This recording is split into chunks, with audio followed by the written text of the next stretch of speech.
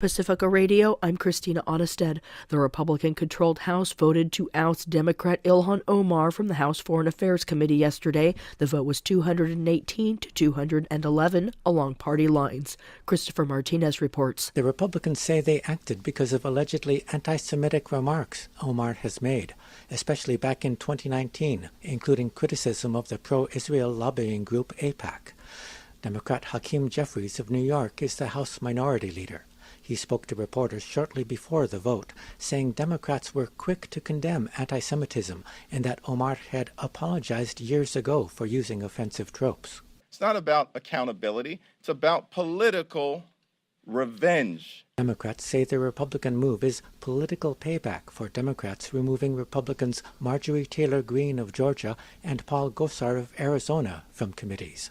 That came after Greene's social media posts promoting the assassination of then-Speaker Nancy Pelosi and other Democrats, and Gosar's anime video portraying the beheading of Democrat Alexandria Ocasio-Cortez of New York. Don't tell me that this is about a condemnation of anti-Semitic remarks when you have a member of the Republican caucus who has talked about Jewish space lasers and an entire amount of tropes and also elevated her to some of the highest committee assignments in this body. This is about targeting women of color in the United States of America. Democratic leader Jeffries says he'll appoint Omar to the Budget Committee. Omar does not think this is the end, as she said before the final vote. And my leadership and voice will not be diminished if I am not on this committee for one term. My voice will get louder and stronger. I'm Christopher Martinez. Top European Union officials are due to meet in Kiev with Ukraine's President Volodymyr Zelensky today as it strives to join the EU and NATO. Speaking yesterday, von der Leyen pledged more sanctions on Russia in time for the one-year anniversary of its war in Ukraine later this month. Today, Russia is paying a heavy price as our sanctions are eroding its economy, throwing it back by a generation. The price cap on crude oil already costs Russia around 160 million euros a day. And we will keep on turning up the pressure further. We will introduce, with our G7 partners, an additional price cap on Russian petroleum products. And by the 24th of February, exactly 1 year since the invasion started, we aim to have the 10th package of sanctions in place. EU leaders are expected to reject Ukraine's hopes of fast-tracking EU membership, though. This comes amidst reports of fraud and mishandling of aid sent to Ukraine. Meanwhile, marking the anniversary of Russia's victory in Stalingrad during World War II, President Vladimir Putin vowed victory in its war in Ukraine. Those who are dragging European countries, including Germany, into a new war with Russia and irresponsibly talking about it as a done deal. Those who expect to win against Russia on the battlefield. They apparently don't understand that a modern war with Russia will be completely different. We are not sending our tanks to their borders, but we have what it takes to respond. And using military hardware will not be the end of it.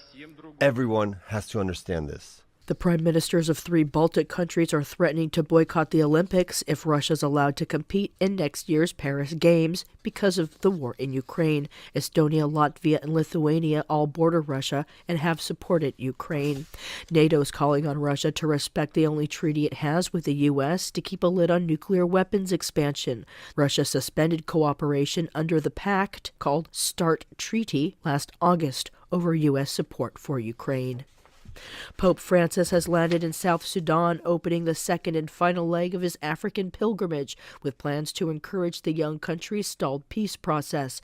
Before leaving the Congo, people rallied urging the Pope meet with victims of sex abuse in the Catholic Church. The Pope has met with victims in the past, but there were no plans to do so during his visit to the Congo. In the U.S., women Democrats in the House are proposing a new bill ensuring women's right to reproductive freedom. It would ban prosecution of those who travel across state lines to obtain an abortion. Edwin J. Vieira reports. The bill would establish a private right of action for women to travel across state lines to obtain an abortion. It would also affirm the Attorney General's enforcement authority to bring civil lawsuits in a case where a person is prevented from or retaliated against for traveling. Although no state has enacted a law banning travel, Missouri has a pending bill that enforces abortion restrictions through civil lawsuits. Washington Representative Marilyn Strickland noted safe reproductive health care comes with the ability to go elsewhere if you need it. We want to make sure that the ability to get access to safe and legal abortion is available for all people, regardless of your background. And the ability to travel is definitely part of that.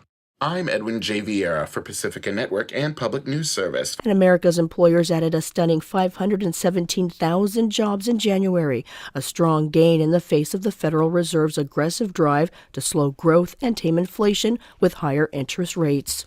I'm Christina Onnested, reporting for Pacifica Radio.